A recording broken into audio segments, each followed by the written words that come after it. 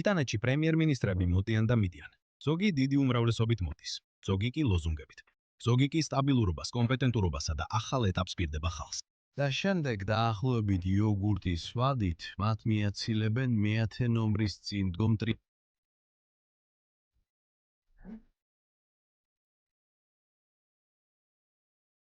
ლარი კატა, კაბინეტის ოფისის მთავარი თაგვიჯერი, ნამდვილი მუდმივი მთავრობა. ლარი უკვე 6 პრემიერ-მინისტრს გადააცილდა.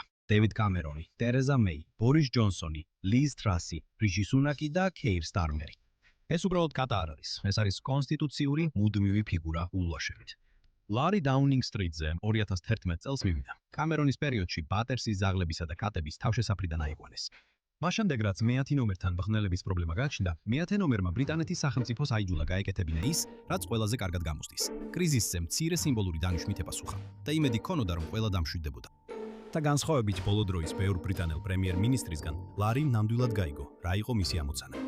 მისი ოფიციალური ტიტულია კაბინეტის ოფისის მთავარი თაგვიჯერი. დიდი ბრიტანეთის მთავრობის მიხედვით, მისი მოვალეობებია სტუმრების მისალმება, უსაფრთხოების დაცვის შემოწმება და ანტიკური ავეჯის დასასვენებლად გამოსადეგობის ტესტირება. ლარი ასევე გახდა თანამედროვე ბრიტანეთის ერთ-ერთი დიდი დიპლომატიური მუდმივობა. სადაც დონალდ ტრამპი იყო, იქ ლარიც იყო. სადაც უკრაინის პრეზიდენტი ვოლოდიმირ ზელენსკი იყო, იქ ორი ლარი იყო. მტკიცე ხელი, რომელიც სახელმწიფოს უთხოვებას ინარჩუნებდა, უფრო დიდხანსაც კი ვიდრე თავად მეფე. პოლიტიკური ქაოსის დროს ლარი ასევე შესანიშნავად გამოხატავს ეროვნულ განწყობას. ეს უბრალოდ კატა არ არის, რომელიც ფიზიკურ კონტაქტს გაურბის. ეს ცოცხალი საზოგადოებრივი აზრის გამოკითხვა. მაგრამ ნუ გავიფიქრებთ, რომ ლარი მხოლოდ ცერემონიული ფიგურაა. ის არ არის უბრალოდ ფუმფულა მასკოტი, რომელიც სახელმწიფო აპარატზეა გადაფენილი. ის ოფიციალურად თაგვიჯერია. ხანდახან ეს სამშაო ფართოვდება. აქ ლარი ბრიტანეთის საზღვრებს მტრედებისგან იცავს. იყო თუ არა მტრედი, ეროვნული უსაფრთხოების საფრთხე. ამას ვერასდროს გავიგებთ. ქონდა მას შესაბამისი დოკუმენტაცია, ესეც გაურკვეველია.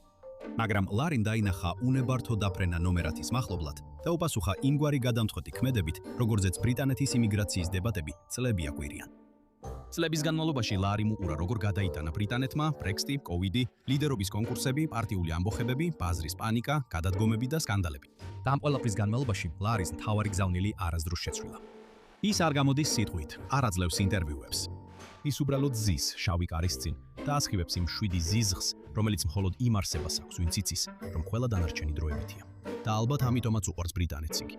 რადგან სისტემაში, სადაც მთავრობები სტაბილურობას პირდებიან ხალხს, მაგრამ თვალსაჩინოდ კიბეზე დაბლას რეალებენ, ლარი იშვიათ რამეს თავაზობს, უწყვეტობას. და როცა ახალი ბრიტანელი პრემიერ-მინისტრი მოდის, კულისებში ბრიტანეთს რომ წარმართავს, ის მტკიცე ხელი უცვლელი რჩება. ლარი კატა, კაბინეტის ოფისის მთავარი თაგვიჯერი. ეხლა რამდენიმე საპატიო ხსენება. დაუნინგ სტრიტის პოდიუმის კაცი, ადამიანი, რომელიც 10 ნომერთან გამოდის, რათა წასვლისთვის ყველაფერი მოამზადოს.